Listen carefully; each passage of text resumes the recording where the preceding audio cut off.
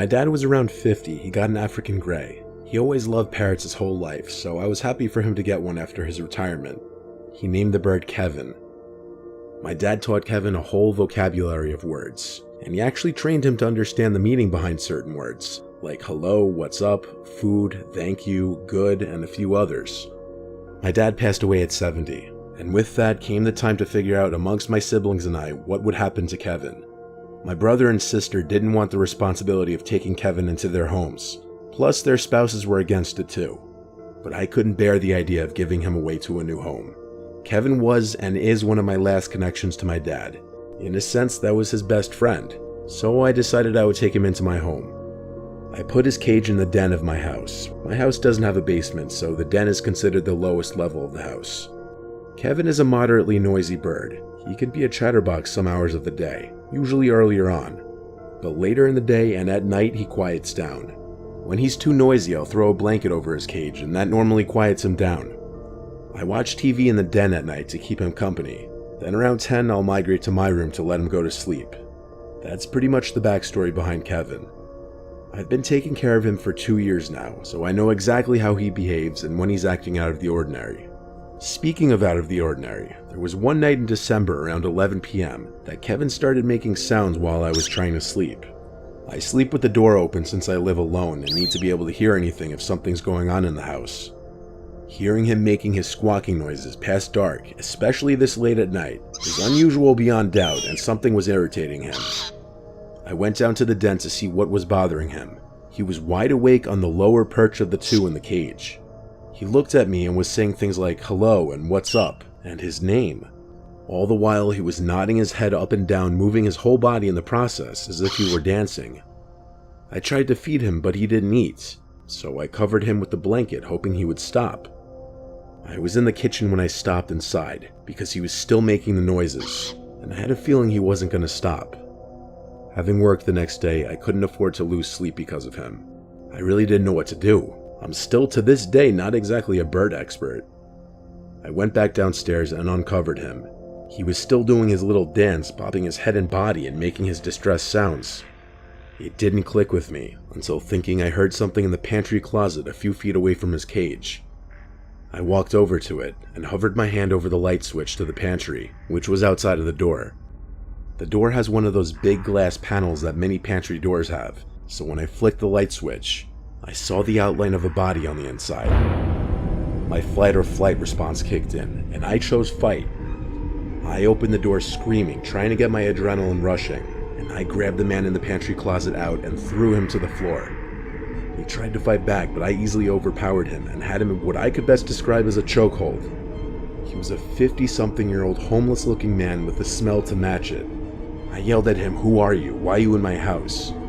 He tried grabbing my face to possibly gouge my eyes or something, but I continued to wring his neck and punch him. During all of this, Kevin was going berserk in his cage. When the man on the floor seemed weak enough, I literally sprinted for the nearest phone and came right back and kept him on the ground while I called 911. The man was taken to jail, but he had no ID on him, nothing. He was homeless and had nothing to his name, and as such he was considered what some people call judgment-proof, meaning even if I tried to sue him, I wouldn't get anything from him. He had raided my pantry closet that night and had opened jars of peanut butter, boxes of cookies and crackers, and all sorts of other boxed and canned foods. If it weren't for my dad's parrot, I don't know what else that man would have taken or done in my house. I'm grateful for Kevin, and I like to think part of my dad is watching over me and that bird.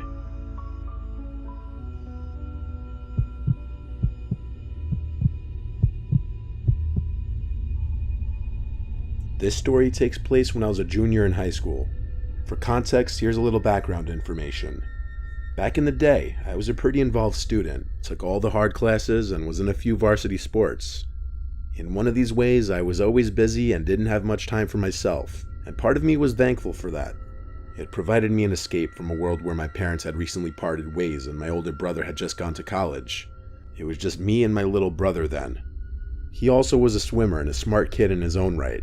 We were really similar, even to this day, but probably because of the stresses our family situation put on us at the time, we didn't get along, near at all. One of those wet winter days in the Midwest, I'd put in my time at school and swim, and I still had to sit down for several hours of homework. This time I had to write an essay for some advanced class that I wasn't really interested in. I dropped my swim bag at the door when I got home and looked around my house to see if anyone was home. Empty. Dad must be out with Reese at swim practice. His club team had the slot at the pool after the high school team was done. I popped in a mouthful of Cheez-Its and headed down to the basement to my office to get some schoolwork done. The house was a middle-class 2-story with an unfinished basement, with the exception of what I referred to as my office. From a career past, my dad used to work from home, but no longer did. I was the only one who used this place, so my family, or what was left of it, just called it Quinn's office. So I made my way across the concrete floors and unattached carpet samples down there to the one finished-out room in the basement. I flicked on the CFL light. It was like any other night after practice. I still had hours of homework to do. So I turned on the computer and started typing away. I was typing for what seemed like an hour, trying to bring to words to what the concept of hedonism and the picture of Dorian Gray meant to me as best I could, or as convincingly as I could. Out of the dark, I heard my little brother call out to me, "Quinny, Quinny, come up." Almost reflexively, I called back to him, "Reese, I'm working, what do you need?" We would yell through the house like brothers do, but it took me a minute to realize I didn't hear him come home. I got no response, only for a couple minutes though. Again, I heard my little brother's voice sing out, "Quinny, Quinny, come up." It felt strange hearing those words carry across the dark, concrete floor. He's supposed to be at swim practice. I called back out to him, asking if he needed anything, but again, I received no answer. I thought about just starting my essay again, but the family situation was delicate at best, and I didn't want to be in trouble if my little brother actually needed something. I made the decision to get up and go find out for myself. I bounded up the basement staircase, the only way a high schooler can, and I called out again for my brother. "Reese, what's up? I'm really busy." I checked all around the main floor looking for my little brother, or even signs he was home.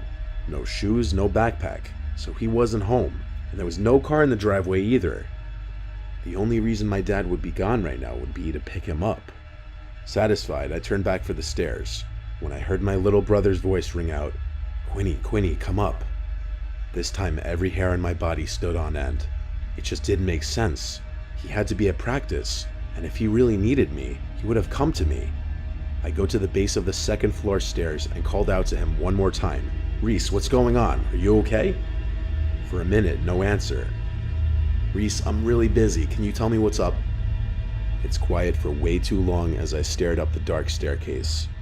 Logically, I had no reason to believe anyone was up there, until I heard Reese's voice calmly speak this time and not call out in his sing-song way those same 4 words. "Quinny, Quinny, come up." "What?" I asked under my breath. I couldn't comprehend the situation. I did quick inventory of any probable scenario. Break-in? Wrong voice. A prank? I would have seen something at this point. It had to be Reese, and maybe helping him would make me a good brother.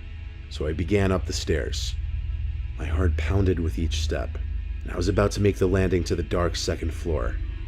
Then I heard the buzz of the garage door motor. I ran back down the stairs and looked out the window. It was my father's sedan, and him and my little brother got out. I stumbled from the window to the hall where they would enter, and I felt my heart almost stop beating. I collapsed on the floor and just started to cry uncontrollably.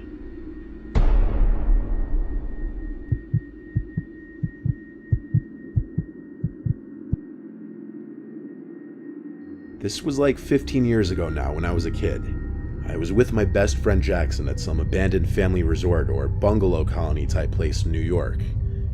It was off a main road and then down a private dirt path driveway entrance, and it was a rather large property with a bunch of old abandoned buildings including at least 10 small bungalows, a main hall, a few bathroom stations, and an indoor pool house.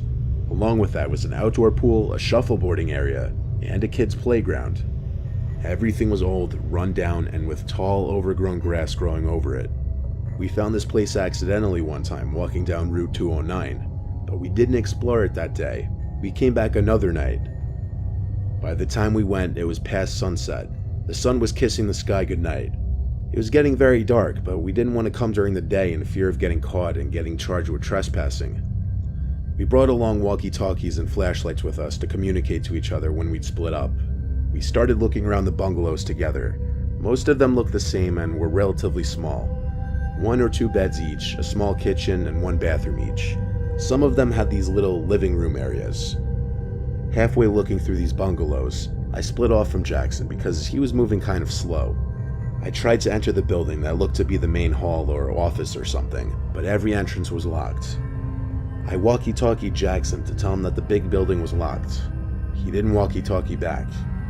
I wondered if I was out of range from where he was. 2 minutes later, I found myself at one of the 2 bathroom buildings. It was probably a 400 square foot building. There were no doors to the building though. It was unusual. It just had 2 big openings, one for the men's room, one for the women's room. I remember the signs being faded and worn out looking. Then I saw these red tracks on the dirty old concrete bathroom floor. Now I'm not going to sit here and say they looked like bloody footprints, but I couldn't explain what these red marks could be then, and I still can't say for certain now. Regardless, it was pitch black inside that bathroom around that corner, and that was the first building I was scared to enter. I tried walkie-talkieing to Jackson again, hoping he was in range this time. I pressed the button on the walkie and said, "Yo, where are you?" When I let go, I heard the beep sound that the receiving walkie makes after getting a message from inside the bathroom. It gave me a near heart attack. Then I thought Jackson must already be in there, hence the red-looking footsteps. I called his name, and it echoed into the bathroom. I was actually about to step into the bathroom thinking he was hiding from me, pranking me, when I heard Jackson's voice call out from the distance behind me, outside in the darkness of the night. I heard him getting closer. Couldn't see him in the dark, but he obviously saw my light, so I yelled back, "I found your walkie-talkie." I started stepping into the bathroom, but then he said back, "Don't go in there, I never went in there." This is when I turned around and hurried right out of there. I pressed and released the talk button really quick on my walkie, causing the beep again from inside that pitch black women's room. Jackson and I looked at each other for half a second, then began dashing in the direction we came. We made it back to Route 209 and had to stop to catch our breaths. This is when Jackson told me that inside one of the bungalows he went into, he tried walkie-talking me, but I wasn't answering, meaning we must have been out of range. But then he heard a noise from the living area of the bungalow. As he turned around, his flashlight revealed an older woman almost running towards him. He dropped his walkie-talkie and flashlight and ran out from the bungalow. He ran in the dark and hid, refraining from making noise in fear of being followed. He hid for a questionable amount of time before looking around and seeing my flashlight across the field, over at the bathrooms. The most likely explanation to me was that some cracked-out drug addict was hiding or living in that abandoned bungalow and for whatever reason lunged at Jackson and picked up his walkie-talkie. What she was doing in that bathroom, who knows? Maybe drugs, maybe the bathroom in the bungalow didn't work. But what I don't know is why was there a trail of what looked like blood in there? Those are my theories, but I can't explain all of it away. And that's the scariest part.